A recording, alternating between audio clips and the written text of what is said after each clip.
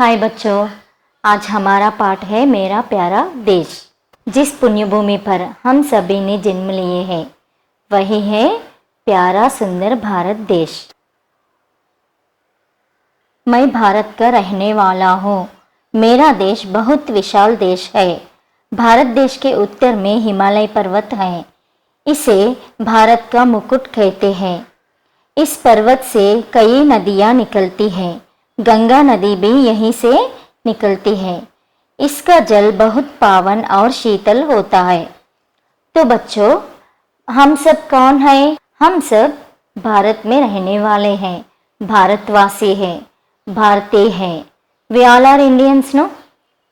तो इस भारत देश, हमारा भारत कैसा देश है?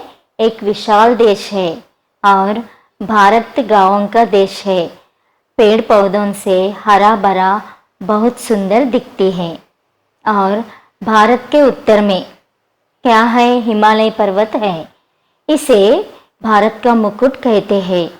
हिमालय पर्वत तेज हवाओं से और तूफानों से आदि प्राकृतिक हालतों से भारत का रक्षा करते हैं।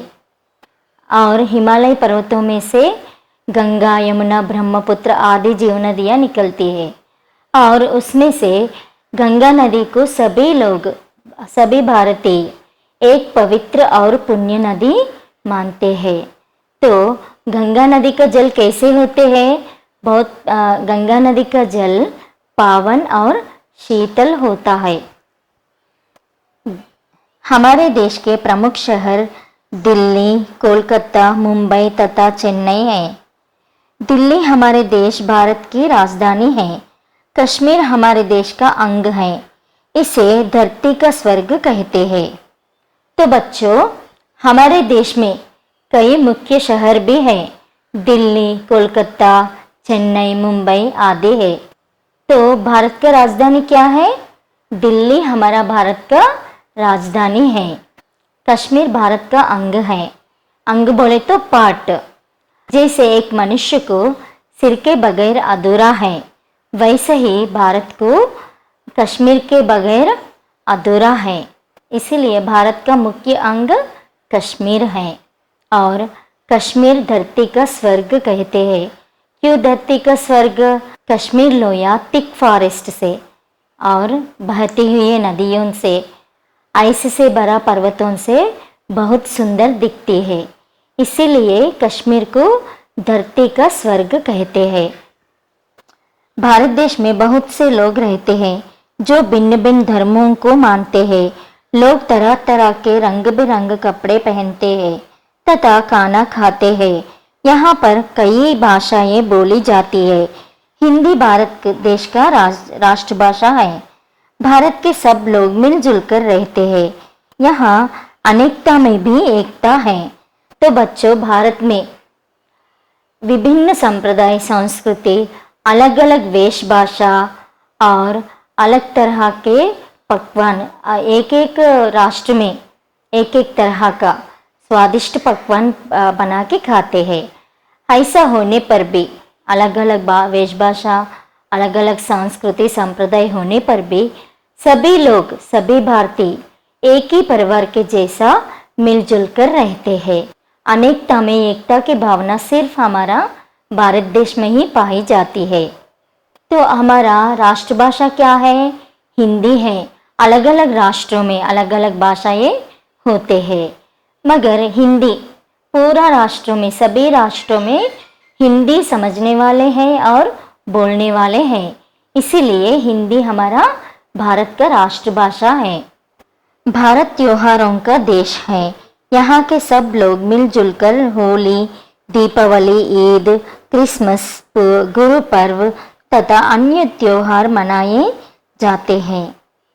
हमें सब धर्मों का आदर करना चाहिए और सब लोगों से प्रेम करना चाहिए। तो बच्चों, भारत त्योहारों का देश है। भारत में ज़्यादा त्योहार मनाए जाते हैं, जैसा दीपावली, संक्रांति, दशहरा, क्रिसमस, ईद, बकरीद, गुरु पर्व आदि बहुत मनाए जाते हैं। तो इसीलिए भारत त्योहारों का देश है और हम सब सभी धर्मों का आदर करना चाहिए। सब भारतीयों से हम सब मिलजुल कर प्यार से रहना चाहिए। अब शब्द का अर्थ देखेंगे। विशाल, विशाल का अर्थ है बड़ा, ग्रेट। जल का अर्थ है पानी, वाटर। प्रमुख का अर्थ है मुख्य, मेन। खाना का अर्थ है भोजन, फूड। एकता का अर्थ है संगठन, यूनिटी। पर्वत का अर्थ है माउंटेन। पावन का अर्थ है पवित्र, होली। अंग का अर्थ है भाग, पार्ट। राष्ट्र का अर्थ है देश, नेशन। त्योहार का अर्थ है पर्व, फेस्टिवल। मुकुट का अर्थ है तेज, क्राउन। शीतल का अर्थ है ठंडा, कूल। स्वर्ग का अर्थ है देव भूमि, हेवन। देवभूमि, हेवन। अनेकता अर्थ है भिन्नता, डाइवर्सिटी। आदर का अर्थ है सम्मान, रिस्पेक्ट। निम्नलिखित प्रश्नों के उत्तर दीजिए। देखो, भारत कैसा देश है? भारत एक विशाल देश है। हिमालय की क्या विशेषता है? हिमालय भारत के शीर्ष पर मुकुट तरह विराजमान है। गंगा की क्या विशेषता है? इसका जवाब है गंगा एक पवित्र नदी है। हमारा राष्ट्रभाषा क्या है? हिंदी हमारा राष्ट्रभाषा है। भारत को त्योहारों का देश क्यों कहते हैं? भारत में अनेक त्योहार मनाए जाते हैं, इसीलिए इस कारण से भारत को त्योहारों का देश कहा जाता है। सही शब्द के खाली स्थान भरिए। रिक्त स्थान पूर्ति करना चाहिए। मैं भारत का रहने वाला हूँ। हिमालय भारत का मुकुट कहलाता है। गंगा का जल पावन और शीतल होता है। डैश हमारी राष्ट्रभाषा है। हिंदी हमारी राष्ट्रभाषा है। इन शब्दों से वाक्य बनाइए। इधर कुछ शब्द दिए गए हैं, इन शब्दों का वाक्य बनाना चाहिए। हिमालय, हिमालय भारत का मुकुट कहलाता है।